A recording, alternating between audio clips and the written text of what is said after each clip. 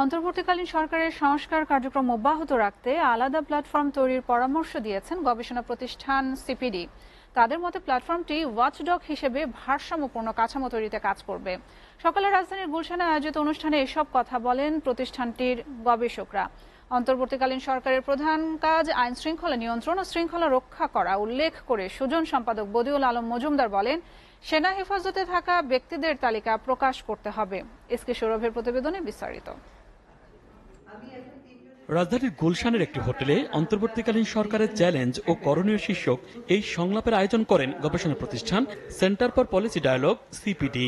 এতে অংশ নেন সুশীল সমাজের বিভিন্ন প্রতিনিধি ও বৈষম্য বিরোধী ছাত্র আন্দোলনের প্রতিনিধিরা। আলোচনায় অংশ নিয়ে শিক্ষার্থীদের পক্ষ থেকে সমন্বয়ক নুসরাত তাবাসসুম বলেন, দেশের মানুষ যতদিন চাইবে ততদিন আমাদের সংস্কার কার্যক্রম চলমান থাকবে। নতুন বাংলাদেশের ক্ষেত্রে আমরা এভাবে দেখছি যে আন্দোলনের আসলে প্রথম পর্যায়টা শেষ হয়েছে। যতদিন দেশের মানুষ চাইবে আমরা ততদিন সংস্কার কার্যক্রমের মধ্যে থাকব। সুজন সম্পাদক বলেন, আন্দোলনে নিহতের ঘটনায় ফৌজদারি ও মানবতা বিরোধী অপরাধের বিচার করতে হবে। এছাড়া দলীয় বাহিনীকে সংস্কার করে রাষ্ট্রীয় বাহিনীতে পরিণত করার প্রতি গুরুত্ব আরোপ করেন তিনি। প্রথম কাজটা হবে যে আইনশৃঙ্খলা রক্ষাকারী আইনশৃঙ্খলা পরিস্থিতিকে নিয়ন্ত্রণে আনা এবং নাগরিকদের জীবন এবং সম্পদের নিরাপত্তা নিশ্চিত করা। আমাদের সাবেক প্রধানমন্ত্রীর পলায়নের সাথে সাথে যে আইনশৃঙ্খলা রক্ষাকারী বাহিনী পুরোপুরি ভেঙে পড়েছে এবং অনেকে পালিয়ে গিয়েছে, অনেকে গ্রেপ্তার হয়েছে, শোনা যায় যে তারা ক্যান্টনমেন্টে আছে, হেফাজতে আছে। তো আমাদের বোধহয় জানার অধিকার আছে তারা ওই যে হেফাজতে আছে তাদের নাম এবং তারা যাতে পালিয়ে যেতে না পারে সেটা নিশ্চিত করা এবং একই সাথে তাদেরকে যদি গ্রেপ্তার করা হয় তাদেরকে আদালতে হাজির করা।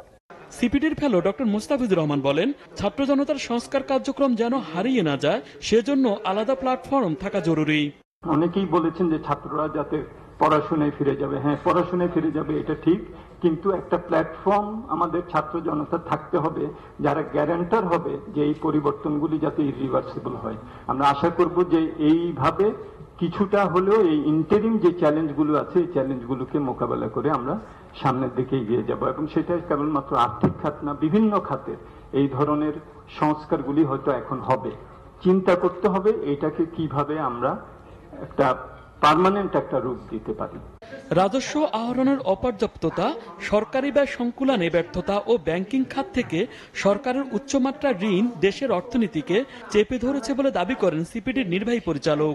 দ্রব্যমূল্যের ঊর্ধ্বগতি, ক্রমবর্ধমান খেলাপি ঋণ, ব্যাংকিং খাতের তারল্য সংকট, রপ্তানি আয়ের ধীর গতি, রেমিটেন্স প্রবাহে মন্থরতা, ব্যক্তি খাতের বিনিয়োগের স্থবিরতা, বৈদেশিক মুদ্রার রিজার্ভের অবক্ষয়, আমদানিতে ক্রমহ্রাসমান প্রবণতা, টাকার ব্যাপক অবমূল্যায়ন, অর্থনৈতিক প্রবৃদ্ধিতে ধীর গতি, বিদ্যুৎ ও জ্বালানির সহজ প্রাপ্যতা এবং এই সবগুলোর একটা ওভারআর্চিং বিষয় হচ্ছে তথ্য উপাত্তের ব্যত্যয় এবং ঘাটতি।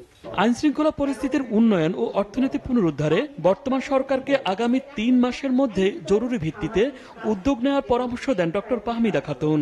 সিপিডির মিশন এন্ড ভিশনই হচ্ছে যে আমরা একটা বৈষম্যহীন, অন্তর্ভুক্তিমূলক, সাম্যতা বজায় রাখে এইরকম একটা সমাজ গড়তে চাই।